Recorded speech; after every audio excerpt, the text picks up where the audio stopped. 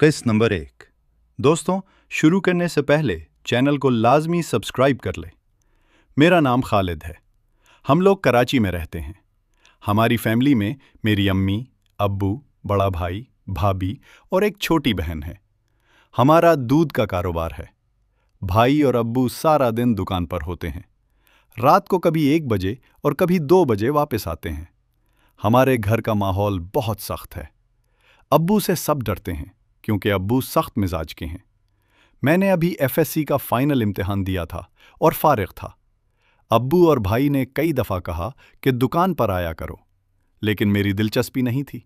इसलिए मैं दुकान पर नहीं जाता था और घर पर रहता था या फिर दोस्तों के साथ टाइम गुजारता था। जब अब्बू और भाई दुकान पर चले जाते तो घर का माहौल बदल जाता था। सब लोग सुकून का सांस लेते। अम्मी और भाभी बेधड़क घूमती रहतीं। भाई की शादी को 2 साल हुए थे और उनका अभी तक कोई बच्चा नहीं था। मैं सुबह देर से सोकर उठता था। जब अपने कमरे से बाहर आता तो घर का माहौल बदला हुआ होता। बहन और भाभी टीवी देख रही होती। अम्मी किचन में होती। कभी अम्मी तो कभी भाभी मुझे नाश्ता देती। मैं नाश्ता करता और दोस्तों की तरफ चला जाता। लाइफ इसी तरह चल रही थी कि अचानक इस लाइफ ने ऐसा मोड़ लिया कि सब कुछ तब्दील हो गया। अब आपको बताता हूं कि ये सब हुआ कैसे। मैं दोस्तों के साथ बैठकर नामुनासिब फिल्में तो बहुत देखता था, लेकिन कभी इस काम का मूड नहीं हुआ कि कोई लड़की मिल जाए। बस मूवी देख ली। एक दिन मैं अपने दोस्तों की तरफ गया तो कोई भी घर पर नहीं मिला। सब दोस्त कहीं काम से निकले हुए थे। इस वजह से मुझे घर वापस आना पड़ा। घर में दाखिल हुआ तो अम्मी और भाभी बाहर सहन में वॉशिंग मशीन में कपड़े धो रही थीं। भाभी ने मुझे देखते हुए कहा, खालिद, अच्छा हुआ तुम आ गए। ये कपड़ों की बाल्टी लेकर ऊपर छत पर चलो, मैं ये कपड़े धूप में डाल दूं। मैंने कपड़ों से भरी बाल्टी उठाई और ऊपर लेकर चला गया।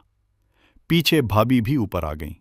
भाभी ने कहा, खालिद, बाल्टी में से कपड़े निकालकर मुझे दो, मैं तार पर डालती रहूंगी। मैं बाल्टी से कपड़े निकालकर भाभी को देता रहा। भाभी मेरे सामने खड़ी थी और तार पर कपड़े डाल रही थीं। ये पहली दफा था कि मैं कोई घर का काम कर रहा था और भाभी इस तरह मेरे करीब खड़ी थीं।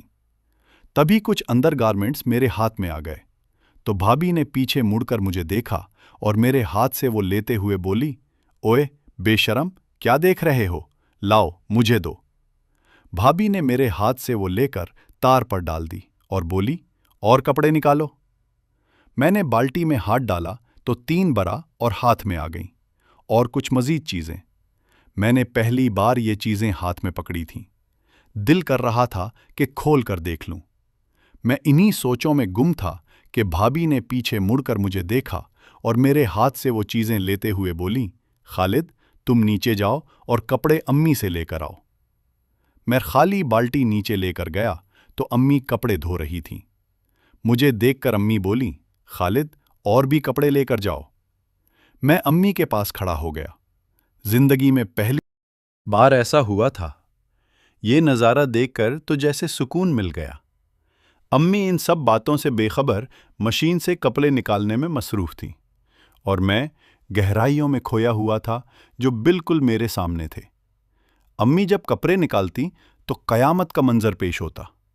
अम्मी ने कपड़े निकालकर मेरी तरफ देखा तो अम्मी ने मुझे गुस्से से देखते हुए कहा, खालिद। मैंने घबरा कर कहा, जी अम्मी। अम्मी ने बाल्टी ऊपर की और बोले, ये लेकर जाओ। अम्मी के चेहरे पर गुस्सा नजर आ रहा था। उन्हें अंदाजा हो गया था कि मेरी नजर किधर थी। मैंने खामोशी से बाल्टी उठाई और भाभी के पास लेकर चला गया। भाभी दीवार की तरफ मुंह करके बाहर की तरफ देख रही थी।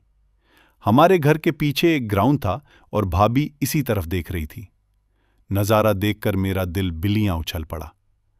भाभी बाहर देखने में इतनी मगन थी कि उन्हें मेरे आने का पता ही न चला। मैंने कपड़ों की बाल्टी रखी और भाभी के पीछे से बाहर की तरफ देखने लगा कि भाभी क्या देख रही हैं। मैं भाभी के पीछे खड़ा होकर बाहर देखने लगा तो देखा कि नीचे ग्राउंड में एक गधा था और भाभी इसी को देख रही थी। मेरी इस हरकत पर भाभी चूक पड़ी और पीछे मुड़ते ही मुझे देखते हुए बोले, ये क्या कर रहे हो? कुछ शर्म है तुम में कि नहीं? और मेरे आगे से हट गई। भाभी इसी को देखते हुए बोले, खालिद ख्याल करो, ये क्या बदतमीजी है? मैंने कहा, सॉरी भाभी, वो बाहर जो आप देख रही थीं, इसको देखकर, इसमें मेरा कोई कसूर नहीं है। भाभी बोले, ठीक है, लेकिन आइंदा ऐसी हरकत नहीं करना, वरना तुम्हारे भाई और अब्बू को बता दूंगी। मैं घबराते हुए बोला, नहीं नहीं भाभी, आई एम सॉरी, आइंदा ऐसा हरगिज नहीं होगा, माफ कर दें। भाभी ने कोई जवाब ना दिया और बाल्टी से कपड़े निकालकर तार पर डालने लगी। कपड़े डालकर वो नीचे चली गईं। मैंने शुक्र अदा किया कि बात ज्यादा गड़बड़ नहीं हुई, क्योंकि उस वक्त भाभी भी ये सब देखकर होश में नहीं थी। शायद इसी वजह से भाभी ने ज्यादा कुछ नहीं कहा। मैं नीचे जाने लगा तो ख्याल आया कि भाभी जो बराज तार पर डालकर गईं, उन्हें देखा जाए। मैं ऊपर अकेला था, भाभी नीचे जा चुकी थीं। बराज कपड़ों के ऊपर ही थी। मैंने ब्लैक कलर की बरा हाथ में पकड़कर उसे खोल कर देखने लगा कि ये किसकी हो सकती है। मैं उसे उलट पलट कर देख रहा था कि भाभी ऊपर आ गईं और मुझे वो देखते हुए पकड़ लिया। भाभी बोले, खालिद, ये क्या कर रहे हो? भाभी की आवाज़ सुनते ही मैंने वो तार पर डाल दी और नीचे चला गया। आज का दिन ही अजीब था, कुछ समझ नहीं आ रहा था कि क्या हो रहा है।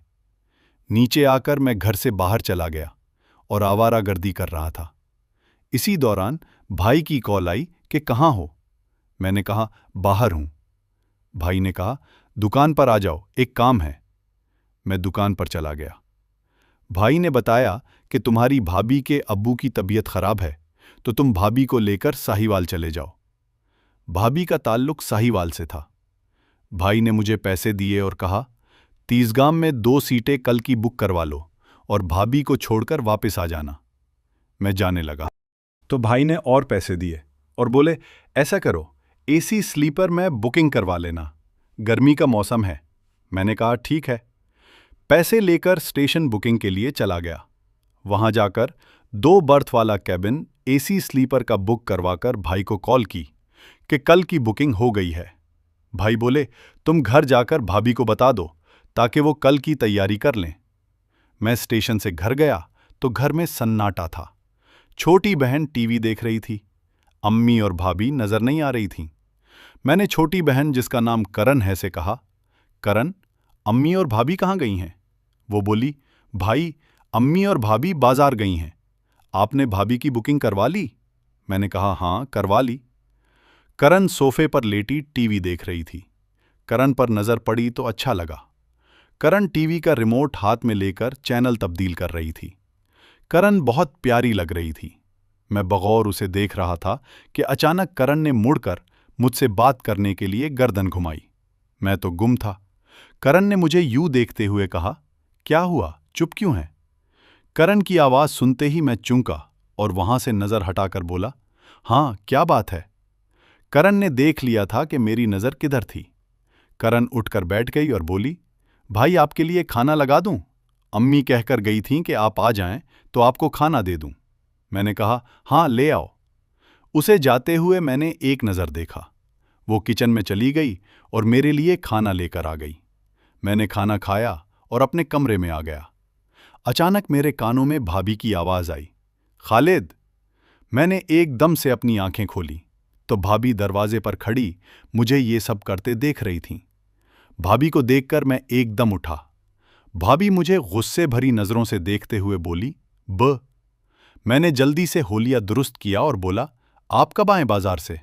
भाभी बोली, मैं तो ये पूछने आई थी कि ट्रेन की बुकिंग हो गई है कि नहीं। मैंने कहा, हाँ भाभी, कल की हो गई है। भाभी बोली, अच्छा ठीक है, और जाते हुए बोली, जब ऐसा करो तो दरवाज़ा।